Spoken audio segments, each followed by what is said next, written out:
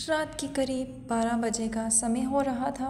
तब चाचू ने अपने मोबाइल की लाइट ऑन की और कहा, इससे अच्छा आज छत पर सो जाते हैं। इस बात पर मैं भी मान गई। चाचू बिस्तर और फिर मच्छरदानी लेकर छत पर आ गए। छत पर भी बहुत ज़्यादा गर्मी थी और बिजली अभी तक नहीं आई थी, तो हमारे पास दूसरा और कोई रास्ता नहीं था। कुछ देर लेटने के बाद मेरे शरीर पर पसीने निकलने लगा। तब मैंने चाचू से कहा, यहाँ भी बहुत ज़्यादा गर्मी लग रही है। चाचू कहने लगे, अगर तुम बुरा ना मानो तो एक बात कहूँ। मैंने कहा, हाँ कहो। चाचू बोले, तुम कोई हल्की फुल्की नाइटी पहन लो, इससे तुम्हें गर्मी बहुत ज़्यादा नहीं लगेगी। मैंने भी यही ठीक समझा, लेकिन मुझे बहुत झिझक महसूस हो रही थी। फिर मैं नीचे गई और मैंने नहाकर एक जालीदार नाइटी पहन ली। जब मैं छत पर आई तो चाचू मुझे देखते ही रह गए। चाचू मुझसे कहने लगे, आज तो तुम्हें देखकर मेरे दिल में पता नहीं कुछ हो रहा है आलिया। क्या तुम भी यही महसूस कर रही हो? मैंने कहा, चाचू मैं समझी नहीं, आप क्या कहना चाहते हो? चाचू कहने लगे, जब भी तुम्हारी चाची इस तरह की नाइटी मेरे सामने पहन कर आती है तो मैं ख़ुद पर काबू नहीं कर पाता, और जब तुम्हें इस तरह के कपड़ों में देखा मेरा मन अंदर ही अंदर मचल रहा है। क्या तुम समझ तो सकती हो? ये बात सुनकर मैंने अपनी नज़रें नीचे कर ली। फिर चाचू मुझे अपने पास बैठने का इशारा किया तो मैं इनके पास बैठ गई। इसके बाद जो हुआ देखकर आपको बहुत ही मज़ा आ जाएगा। तो हुलिये कहानी शुरू करते हैं। इससे पहले अगर आप चैनल पर न्यू हैं तो चैनल को सब्सक्राइब करें। शुक्रिया। मेरा नाम आलिया है और मैं अभी स्कूल में पढ़ाई कर रही हूँ। जून के महीने में मेरे स्कूल में छुट्टियाँ चल रही थी। इन्हीं छुट्टियों में शादी का भी मौसम था, जो कि एक शादी मेरे रिश्तेदारों में भी थी, जिसमें मेरे घर के सभी लोग जाना ज़रूरी था। मेरे घर के सभी लोग जाने के लिए तैयार थे, लेकिन सबसे बड़ा मसला ये था कि आखिर में कौन रहेगा और घर की देखभाल कौन करेगा, क्योंकि घर बंद करके शादी पर जाने पे घर में चोरी होने का डर बना रहता था। इसलिए सभी का साथ जाना भी मुमकिन नहीं हो पा रहा था। सब ने मिलकर फ़ैसला किया कि घर पर ही रहूँगी। मैं भी शादी में जाना चाहती थी, लेकिन फिर घर पर कौन रहेगा, बस यही सोचकर मैं नहीं गई और घर पर ही रुक गई। लेकिन पापा मुझे घर पर अकेला छोड़कर कैसे जा सकते थे? अगर कोई चोर भी आ जाए तो मैं अकेली लड़की क्या कर पाऊँगी? पापा ने ये सब सोचा और फिर पापा ने अपने सबसे ख़ास और भरोसेमंद आदमी को कॉल किया और कहने लगे, अरफान एक काम है, 2-4 दिनों के लिए एक शादी में जा रहे हैं और घर में मेरी बेटी अकेली है। घर में एक अकेली लड़की का रहना सही नहीं। अगर तुम्हें कोई परेशानी ना हो तो तुम कुछ दिनों के लिए मेरी बेटी के साथ रुक सकते हो। अरफान मेरे चाचू थे। अरफान चाचू कहने लगे, इसमें कोई परेशानी वाली बात नहीं। जैसे मैं यहाँ से अपनी जॉब पर जाता हूँ वैसे ही वहाँ से जॉब पर चला जाया करूँगा। वैसे भी सिर्फ रात ही मैं घर आता हूँ, तो रात में तुम्हारे घर पर सो जाया करूँगा। चाचू रात में हमारे घर पर सोने के लिए तैयार हो गए। पापा से कहने लगे, आप जितना ना करें, मैं तो कोई परेशानी की बात नहीं। चाचू की शादी 2 साल पहले हो चुकी थी। पापा मम्मी नहा धोकर जाने के लिए तैयार हो गए और शाम को निकल गए। इसके बाद शाम को जब चाचू आ रहे थे तब इन्होंने मुझे कॉल की और पूछने लगे, खाने में क्या लेकर आऊँ, क्या खाओगी? मैंने कहा, चाचू थोड़ा पनीर की सब्ज़ी लेकर आना, क्योंकि मुझे पनीर की सब्ज़ी बहुत ज़्यादा पसंद थी। मैंने रोटी चावल बना ली थी। शाम को जब चाचू आए तो अपने साथ पनीर की सब्ज़ी भी लेकर आए। चाचू वहाँ से आने के बाद बहुत ज़्यादा थक गए थे और कहने लगे, आलिया तुम खाना लगा दो, मैं मुँह हाथ धोकर आ रहा हूँ। इससे पहले भी चाचू हमारे घर पर आ चुके थे, तो हम लोग थोड़ा फ्रेंडली भी थे। चाचू और मेरा रिश्ता एक जीजा साली की तरह था। चाचू हाथ मुँह धोकर आए और हम साथ बैठकर खाना खाया और बातें करने लगे। चाचू मुझसे कहने लगे, आलिया तुम अब से पहले भी ज़्यादा खूबसूरत हो गई हो। तुम्हें देखकर तो मुझे मेरे कॉलेज के दिन याद आ गए, जब मेरी गर्लफ्रेंड थी। मेरी भी गर्लफ्रेंड बहुत खूबसूरत थी। मेरी क्लास के सारे लड़के इस पर मरते थे, लेकिन वो मुझ पर फ़िदा थी।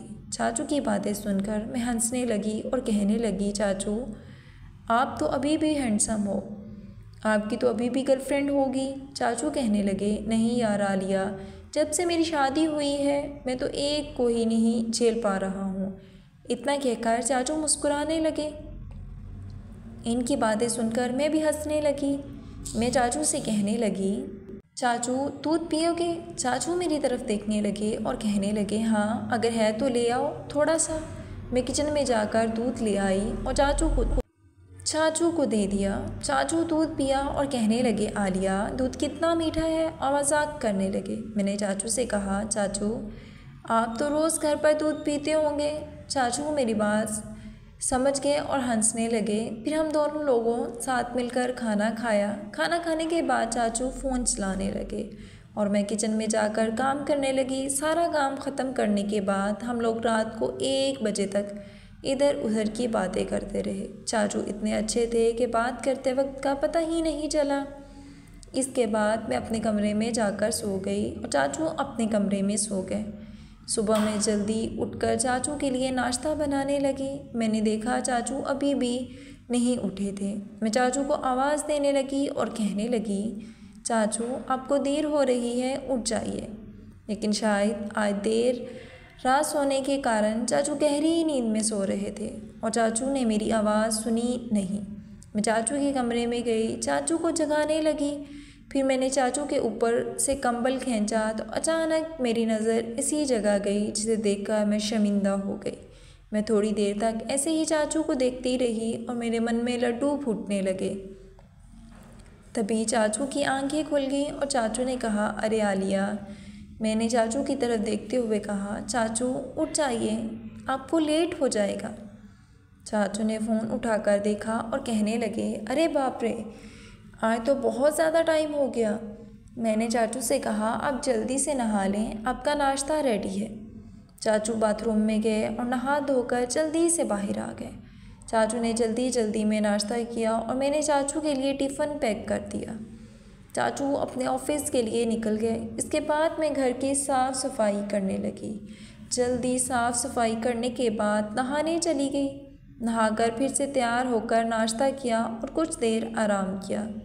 आज घर में कोई नहीं था तो पूरा घर सूना सूना लग रहा था।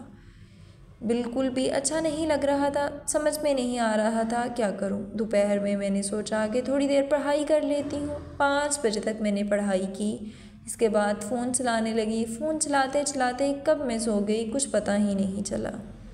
कुछ देर बाद जब मैं उठी तो देखा कि चाचू के आने का समय हो गया था। सोते सोते पूरी पसीने में भीग चुकी थी।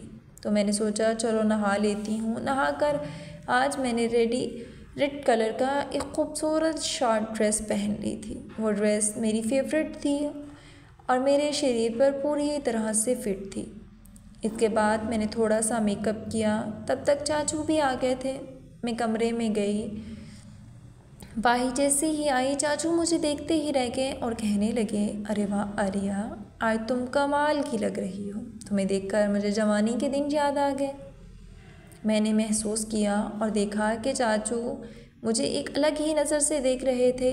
अचानक मेरी नज़र फिर से इस जगह पर गई, जिसे देखकर मैं शर्मिंदा हो गई। लेकिन चाचू ने इसे बैग के पीछे छुपा रखा था। चाचू मेरी तरफ बड़े ही ध्यान से देख रहे थे। मुझे बहुत अच्छा लग रहा था। मेरा मन कर रहा था। चाचू के मुंह से तारीफ़ें सुनकर मैं अंदर ही अंदर मगन हो गई, जैसे किसी ने आग लगा दी। लेकिन मैंने फिर भी शान रहती, क्योंकि मेरे चाचू थे। इसके बाद चाचू मुझसे कहने लगे, आलिया मैं फ़्रेश होकर आता हूँ, तुम खाना लगा दो। मैंने कहा ठीक है चाचू, लेकिन इसके लिए खाना बनाना पड़ेगा। अभी मैंने खाना नहीं बनाया। चाचू कहने लगे, ठीक है तुम खाना बना लो, तब तक मैं आराम कर लेता हूँ। मैंने कहा ठीक है चाचू। चाचू वहीं सोफ़े पर बैठकर आराम करने लगे और मैं खाना बनाने के लिए किचन में चली गई। जहाँ चाचू बैठे थे वहाँ से किचन साफ साफ दिखाई दे रहा था।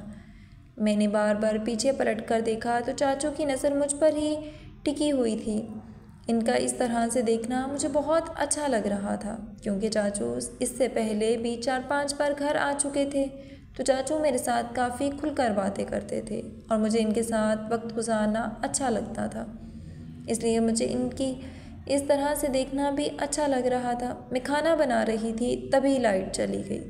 ऊपर से इतनी गर्मी थी कि पूरी पसीने में भीगी हुई थी और अब अंधेरा भी हो गया था। तब तक चाचू अपने फ़ोन की टॉर्च ऑन करके किचन में आ गए और मुझसे कहने लगे, आलिया आज गर्मी बहुत ज़्यादा है। मैंने कहा, हाँ चाचू, और अब तो लाइट भी चली गई है।